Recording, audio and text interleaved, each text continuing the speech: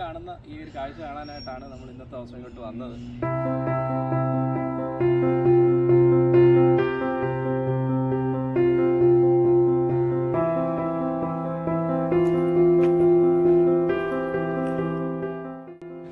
Hello, welcome back to weekend stories. അപ്പം എന്തൊക്കെയുണ്ട് വിശേഷങ്ങൾ?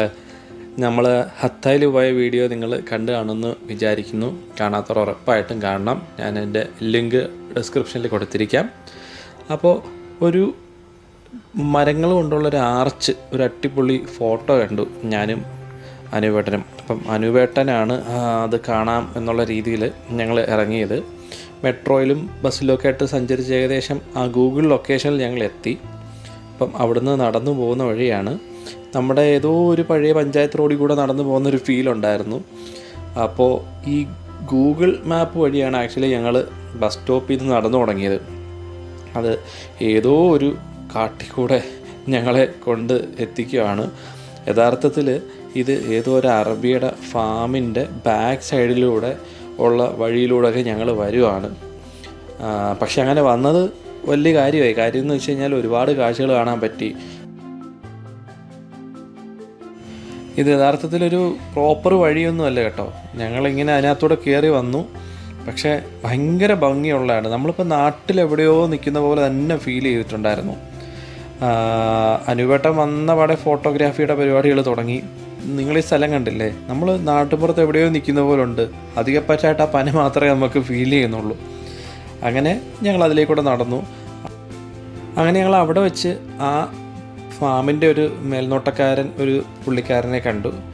പാകിസ്ഥാനിയാണെന്ന് തോന്നുന്നു. അങ്ങനെ പുള്ളിക്കാരൻ ഞങ്ങൾക്ക് ബാക്കി പ്രോപ്പറായിട്ടൊരു വഴി പറഞ്ഞു തന്നു. നല്ല സ്ഥലം. പുള്ളി പറയുന്നതെന്ന് വെച്ച് കഴിഞ്ഞാൽ ആ അറബിയുടെ എന്താ പറയുക, അവരുടെ ഭക്ഷണ സാധനങ്ങൾ കംപ്ലീറ്റ് ആ ഫാമിൽ തന്നെയാണ് ഉൽപ്പാദിപ്പിക്കുന്നതെന്ന്. നല്ല രീതിയിൽ ഇത് മെയിൻറ്റെയിൻ ചെയ്യുന്നുണ്ട്. അങ്ങനെ എന്തായാലും നമുക്കൊരു വഴി പുള്ളി പറഞ്ഞു തന്നു. അങ്ങനെ ആ വഴി നമ്മൾ ഇറങ്ങിയപ്പോൾ കൊട്ടാരം കണക്കൊരു വീട്, ഒരുപാട് പുൽത്തകിടിക്കൊക്കെ നടുക്ക് നമ്മൾ ഈ സിനിമയിലൊക്കെ കാണുന്ന പോലെ തന്നെ ഉണ്ടായിരുന്നു. ഒരുപാട് ഏക്കർ കണക്കിന് സ്ഥലമുണ്ട് അവിടെ. ഈ പറഞ്ഞ കണക്ക് വേലക്കാർക്ക് താമസിക്കാൻ പ്രത്യേക സ്ഥലങ്ങൾ, അങ്ങനത്തെ കാഴ്ചകളൊക്കെ കണ്ട് നമ്മളുടെ ലൊക്കേഷൻ ഏകദേശം എത്താറായത്. ഈ കാണുന്ന വളവ് തിരിഞ്ഞാൽ നിങ്ങൾക്ക് കാണാമെന്നാണ് പുള്ളി പറഞ്ഞത്. അങ്ങനെ എന്തായാലും നമ്മൾ അവിടെ എത്തിയിരിക്കുകയാണ്. ഒരുപാട് നടന്നു. ഗൂഗിൾ മാപ്പ് വഴി നടത്തിച്ചു.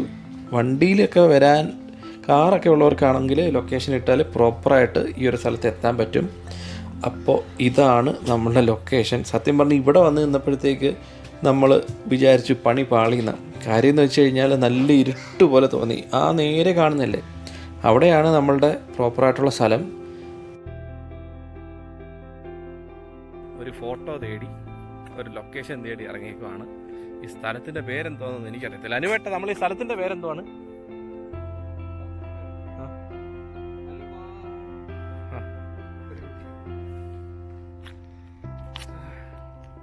വാദി അൽ അമാർദി. എന്നാ പിന്നെ അമാന്തിക്കാതെ ഈ കാഴ്ചകൾ അങ്ങോട്ട് കണ്ടോളൂ.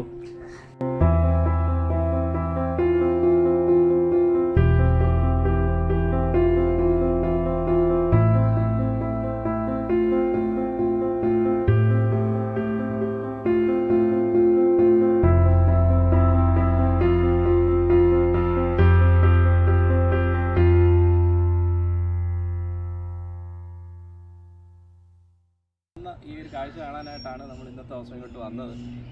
ഫോട്ടോയിൽ കണ്ട പോലെ തന്നെ അത്യാവശ്യം നല്ല ഭംഗിയുള്ളൊരു സ്ഥലമാണ്. പിന്നെ ഇത് കുറേ ഫാം ഏരിയ ആണ്. കുറച്ച് റെസ്ട്രിക്റ്റഡ് ആയിട്ടൊരു ഏരിയ ആയിട്ട് ഫീൽ ചെയ്യുന്നുണ്ട്. അപ്പോൾ വരാൻ ആഗ്രഹം ഉണ്ടെന്നുണ്ടെങ്കിൽ മറ്റ് കാര്യങ്ങളൊക്കെ നോക്കിയിട്ട് വരിക. നടക്കാൻ ഒരുപാടുണ്ട്. വണ്ടിയൊക്കെ ഉണ്ടെങ്കിൽ പോകുന്ന വഴിക്ക് ഫോട്ടോ എടുത്തിട്ട് പോകാൻ പറ്റിയൊരു സ്ഥലമാണ്. ലൊക്കേഷൻ്റെ പേര് മെൻഷൻ ചെയ്തേക്കാം. അല്ലാണ്ട് ഇതിനെക്കുറിച്ച് വളരെ വ്യക്തമായിട്ട് നമുക്കറിയത്തില്ല. വന്ന വഴികളും കാര്യങ്ങളൊക്കെ നിങ്ങൾ കണ്ടാണല്ലോ. അപ്പോൾ ഇതേപോലത്തുള്ള കുറച്ച് വീഡിയോസൊക്കെ ആയിട്ട് നമുക്ക് വീണ്ടും കാണാം. അതുവരെ ബൈ ബൈ.